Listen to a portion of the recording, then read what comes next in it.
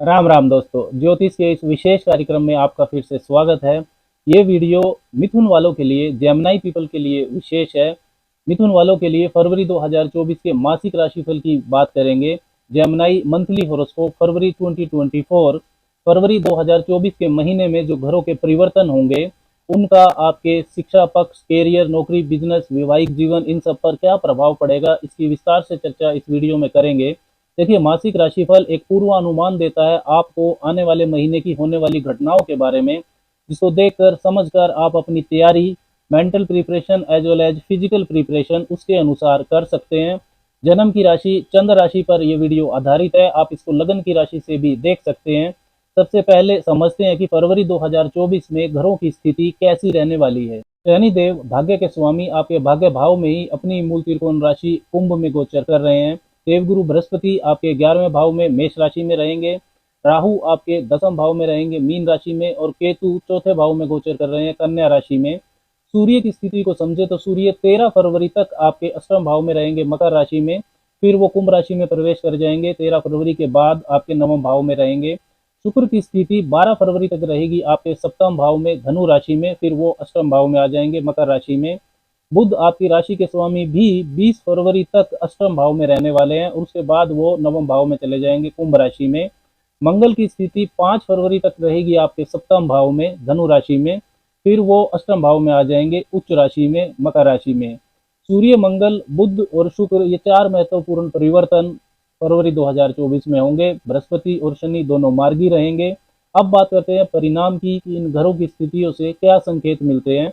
तो सबसे पहले बात करते हैं हेल्थ की, स्वास्थ्य कैसा रहेगा आपका। तो पहला भाव और पहले भाव का स्वामी इसकी जानकारी देता है। पहले भाव के स्वामी बुध 20 फरवरी तक अष्टम भाव में रहेंगे, तो अष्टम भाव की जो ऊर्जा होती है वो बहुत ज़्यादा शुभ नहीं होती है, उतार चढ़ाव को लिए हुए होती है। राशि स्वामी का अष्टम भाव में जाना आपके इम्यूनिटी सिस्टम को कमजोर करता है, तो स्वास्थ्य में आपके ऊंच नीच हो सकती है। सूर्य मंगल भी रहेंगे अष्टम भाव में 12 फरवरी के बाद, शुक्र भी रहेंगे, तो काफ़ी सारे ग्रह अष्टम भाव में रहने वाले हैं फरवरी के महीने में। तो बहुत ज़्यादा ग्रेट महीना नहीं है स्वास्थ्य के लिए। स्किन की एलर्जी, इन्फेक्शंस, चेस्ट कंजेशन, इन सब का आपको ध्यान रखना है। साथ में मंगल क्योंकि वहां पर है, तो आपको ड्राइविंग भी बहुत सावधानी से करनी है। 20 फरवरी के बाद बुध आपकी राशि के स्वामी नवम भाव में जाएंगे भाग्य भाव में, तब आपका स्वास्थ्य ज़्यादा बेहतर रहेगा। भाग्य पक्ष की बात करें तो उसे नवम भाव से देखा जाता है। नवम भाव के स्वामी शनिदेव हैं, जो नवम भाव में ही है। भाग्य आपका मजबूत दिखाई दे रहा है, लेकिन स्लो रहेगा भाग्य का साथ, क्योंकि ये शनिदेव का करैक्टर होता है। मेहनत और एफर्ट्स के बाद भाग्य आपका साथ देगा।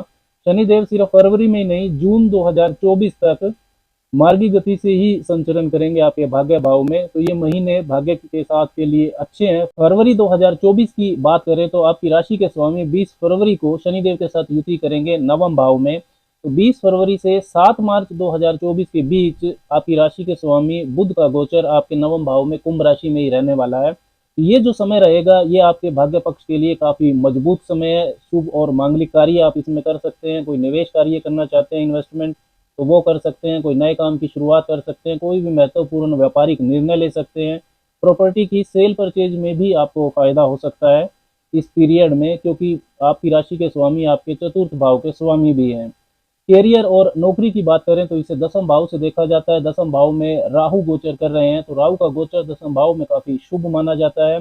अचानक से आपकी ग्रोथ हो सकती है, आपको नेम फेम मिल सकता है, क्योंकि राहु के जो डिस्पोजिटर हैं देवगुरु बृहस्पति, वो लाभ भाव में गोचर कर रहे हैं। 5 फरवरी के बाद आपके लाभेश 11वें भाव के स्वामी, जो कि बृहस्पति के डिस्पोजिटर भी हैं, वो अष्टम भाव में गोचर करेंगे मंगल उच्च राशि में मकर राशि में, और उनकी जो चौथी सवग्रही दृष्टि है वो लाभ भाव पर भी रहेगी। तो कैरियर नौकरी के लिए महीना काफ़ी अच्छा है। काम की मैनेजमेंट आप अच्छे से कर पाएंगे, स्मार्ट वर्क कर पाएंगे, काम से लाभ हो ऐसी स्थिति ये बनती है। Engineering, technology, HR management, IT sector, teaching, consultation, defence, finance से जुड़े हुए जो मिथुन वाले हैं उनके लिए विशेष लाभ की परिस्थितियां रहेंगी। देवगुरु बृहस्पति लाभ भाव में है, तो कार्य क्षेत्र का आप विस्तार कर सकते हैं, एक से ज़्यादा आय का साधन बना सकते हैं। कैरियर में लाभदायक यात्राएं आपकी हो सकती हैं। मंगल अष्टम भाव में है उच्च के, तो गुप्त शत्रु भी आपके बढ़ेंगे। वर्क पॉलिटिक्स से आपको सावधान रहना है। मंगल और बुध भी साथ रहने वाले हैं, तो वाणी और क्रोध पर भी आपको नियंत्रण रखना है। व्यापार की बात करें तो उसको 7वें भाव से देखा जाता है। 7वें भाव के स्वामी देवगुरु बृहस्पति लाभ भाव में है तो ये अपने से पंचम स्थिति बनती है, त्रिकोण स्थिति। 11th house is 5th from 7th, तो ये शुभ स्थिति है। व्यापारिक वृद्धि होगी, नए क्लाइंट्स मिल सकते हैं, नई डील आपकी हो सकती है। व्यापार कारक बुध 20 फरवरी तक अष्टम भाव में रहेंगे, तो व्यापारिक लाभ को लेकर आपको चिंता हो सकती है, जल्दबाजी में निर्णय लेने से बचें। 20 फरवरी के बाद बुध और शनि की जो युति बनेगी नवम भाव में, तो वो केंद्र त्रिकोण का राजयोग बनेगा। प्रॉपर्टी, ट्रांसपोर्ट, कम्युनिकेशन, लॉ, वकालत जैसे क्षेत्रों से जुड़े हुए जो लोग हैं उनको ये योग विशेष लाभ दे सकता है। ओवरऑल आर्थिक स्थिति अच्छी रहेगी मिथुन वालों की। फरवरी 2024 के महीने में आपके लाभ भाव के स्वामी मंगल उच्च के रहेंगे मकर राशि में अष्टम भाव में, तो पैतृक संपत्ति की प्राप्ति का ये मजबूत योग बनता है। विशेषकर 12 फरवरी के बाद जब शुक्र भी अष्टम भाव में होंगे, शुक्र का अष्टम भाव में गोचर भी शुभ माना जाता है। मंगल और शुक्र की युति एक मजबूत धन योग भी बनाएगी। मंगल आपके लिए लाभेश हैं और शुक्र लक्ष्मी स्थान पंचम भाव के स्वामी है, तो इनहेरिटेंस का लाभ आपको मिल सकता है। इन लाद से ससुराल पक्ष से कोई विशेष लाभ, कोई गिफ्ट आपको मिल सकता है। बृहस्पति की जो 7वीं दृष्टि है वो भी पंचम भाव पर रहेगी, तो कोई स्टॉक मार्केट में अचानक लाभ की स्थिति बन सकती है। संतान प्राप्ति का योग भी मिथुन वालों के लिए चल रहा है। पहले से यदि संतान है तो उनके शिक्षा और कैरियर पक्ष को लेकर कुछ शुभ घटना घट सकती है।